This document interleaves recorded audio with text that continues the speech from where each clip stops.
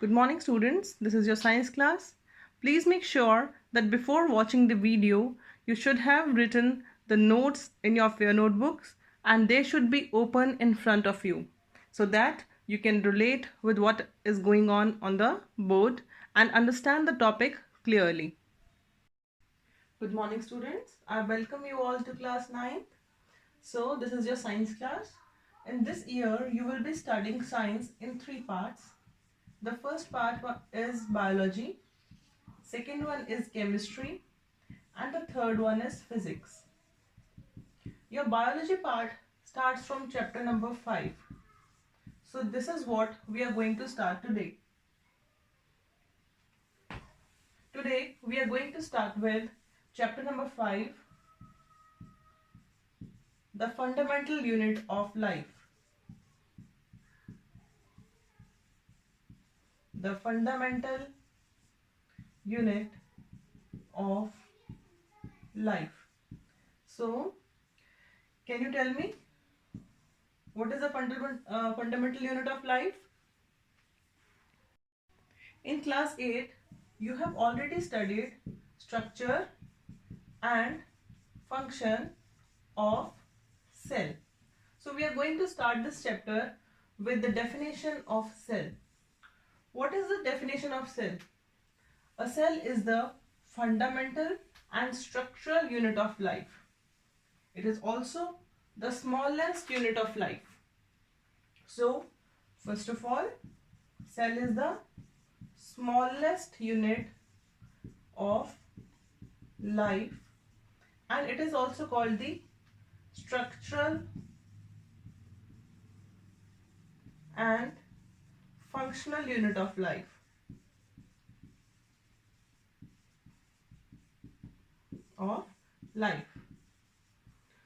Now why it is called so? Why it is called the structural unit of life? Because the smallest structure, the smallest life which is possible is in the form of a cell.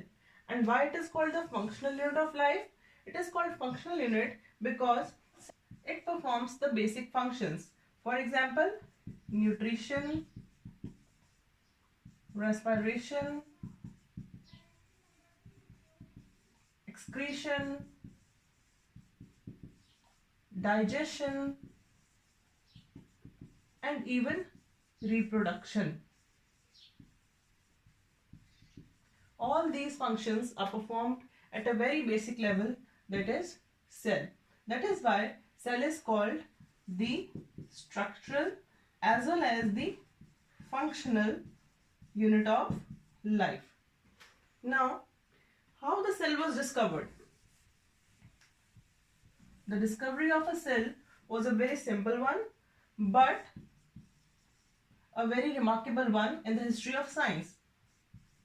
How cell was discovered? It was discovered by an English scientist named Robert Hooke. And Robert Hooke managed to discover the cell in the year 1665. Now the question arises that how Robert Hooke managed to discover the cell. Now what he did, Robert Hooke took a piece of cork. Now what is cork? Cork is a substance which is derived from the bark of a tree. Bark of a tree. So what he did, he took this piece of cork, put it into boiling water. This cork is very hard in nature. So when he put it into the boiling water, it became soft. And then Robert Hooke managed to cut a very thin slice of cork. Now, at that time, the technology was not that developed. So what he did, Robert Hooke invented his own microscope, which he called as primitive microscope,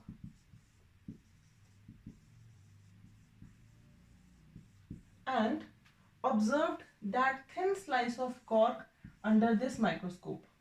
When he did so, what he found? He found a honeycomb-like structure. When he observed this cork-like structure under the microscope, what he observed? He observed this type of structure. It is called honeycomb structure. Now what is this structure? It actually looks like a beehive. Yes. So these little compartments he observed. In Latin language, these little compartments are called cell. In which language? Latin. So what he did? He named these little compartments as cell. In this way, he managed to discover cell. Now comes your next topic, that is cellular hierarchy. Now what do you mean by cellular hierarchy? You have already studied cells. There are different kind of cells. In the higher organisms, for example, humans, animals, plants, what happens?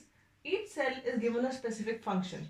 For example, RBC, red blood cell, WBC, white blood cell. They have some specific function. RBC cannot perform the function of WBC. Similarly, WBC cannot perform the function of RBC.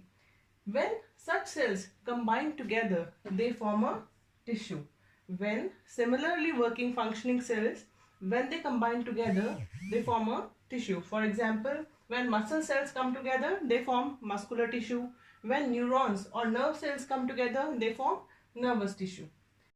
Similarly, when various tissues combine together, they form an organ. When group of tissues work together to perform a specific task, that forms an organ. There are various organs in our body, for example, stomach, liver, heart, and so on.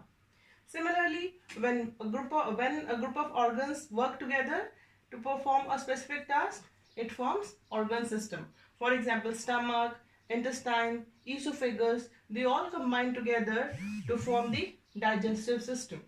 Similarly, respiratory system and excretory system. And at the end, when all the various types of organ system, digestive system, respiratory, excretory, reproductive system, when these combine together, they form a complete organism. So this is called the cellular hierarchy.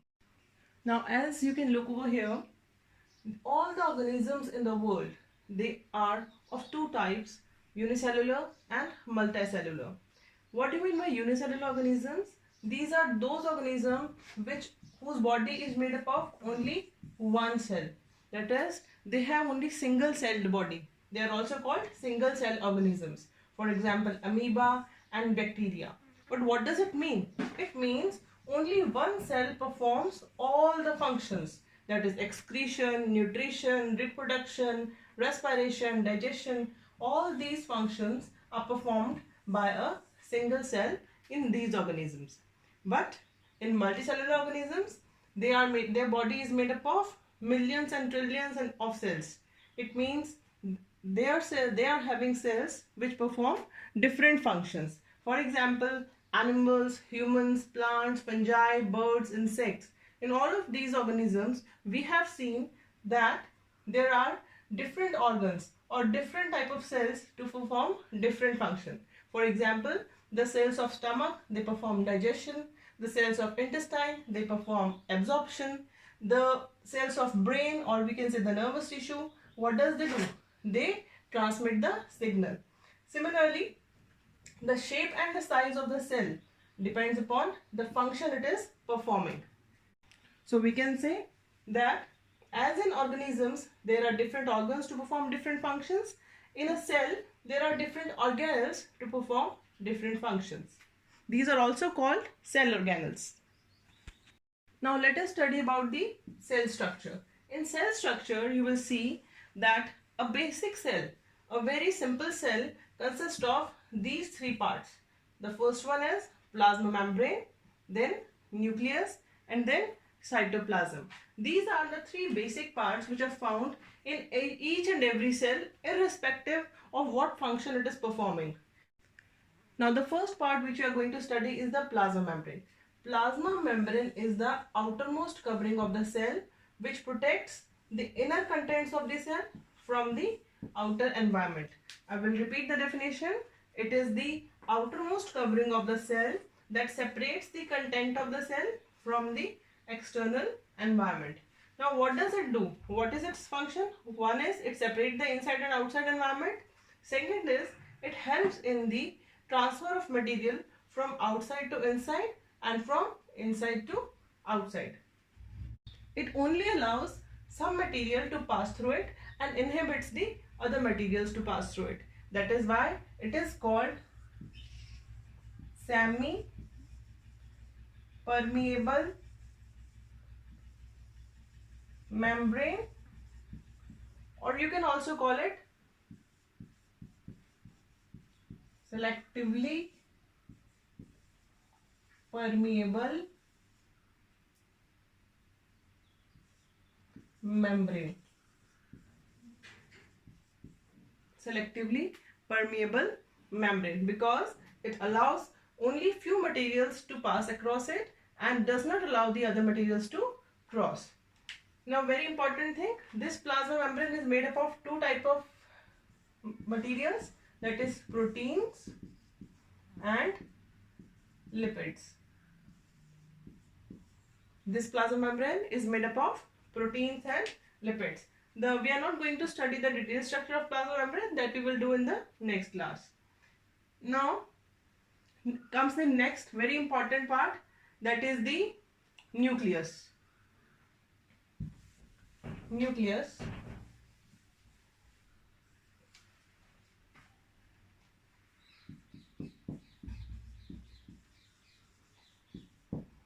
Now, as all the functions of our body are controlled by our brain, similarly, nucleus acts as the controlling center of the cell, or you can say it is the brain of the cell. It gives all the command to the cell. How does it give the command to the cell? Because it has genetic material stored in it in the form of DNA. The genetic material which is having all the information about the cell, like which cell will perform which function, what will be the shape of the cell, what will be the size of the cell, all this information is stored into this DNA. Now, how does the nucleus look like? This nucleus is a double layer structure which has thread-like structures which are called chromatin present in it. And in these chromatin, the DNA is present. But at the time of cell division, these chromatin material, they take shape of rod-like structures, and these rod-like structures are called chromosomes. So you can say that nucleus is a double layered structure, and inside it chromosomes are present which contain the genetic material, that is DNA. What is the full form of DNA? Deoxyribonucleic acid. Deoxyribonucleic acid. Now, this double layered membrane of the nucleus is not continuous. It has some pores in it. It has pores in it. These pores allow the inside content of the nucleus to travel to the outside, into the cytoplasm. Then comes our third and the most important part, that is cytoplasm. What is the cytoplasm? We have read about the plasma membrane. There is the plasma membrane which is the outermost covering of the cell. Then there is a nucleus which is double layered and which has chromosomes in it and which contain the DNA, that is the genetic material. And this DNA or the genetic material has all the information of the features which has to be inherited from the parents to the next generation. Now, apart from the nucleus and the plasma membrane, the very crucial part is cytoplasm. All the fluid material which is filled inside it, inside the cell, is called cytoplasm. Now we have studied the three very basic type parts of the cell, that is plasma membrane, nucleus and cytoplasm. One more very important thing is cell wall. This cell wall is present in the plant cells, but it is absent in the animal cells. Now there are some features which you should know about the cell wall. The first one is, if somebody asks you what is a cell wall, you will say it is the hard outermost covering of the cell. It is a hard outermost covering of the cell. Now you can see, look over here beta and clarify it here over here, that plasma membrane is also the outermost covering, and in some cells the plasma membrane is not the outermost covering. Cell wall is the outermost covering. It means cell wall is always present outside the plasma membrane. If this is the plasma membrane, this is the cell wall. Clear? One more very important difference is plasma membrane is quite flexible in nature, whereas cell wall is hard in nature. It is not flexible, it is rigid. Then comes the plasma membrane. As we have read earlier, plasma membrane is made up of proteins and lipids, whereas cell wall is made up of cellulose, which is a very rigid substance, and this cellulose provides strength to the plant cells. Now the main function of the cell wall is it protects the plant cells, because plants cannot move and protect themselves. So if their cells will be very flexible and very soft, then they will be easily destroyed. So we can say that cell wall is that covering which provide strength to the plants and also help them to withstand the environmental conditions.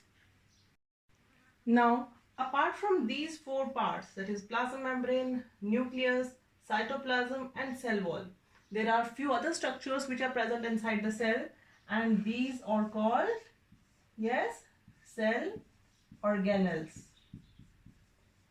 Okay, so we will be discussing about these cell organelles in the next video. Till then, watch this video again, revise your notes, and all the best. Thank you.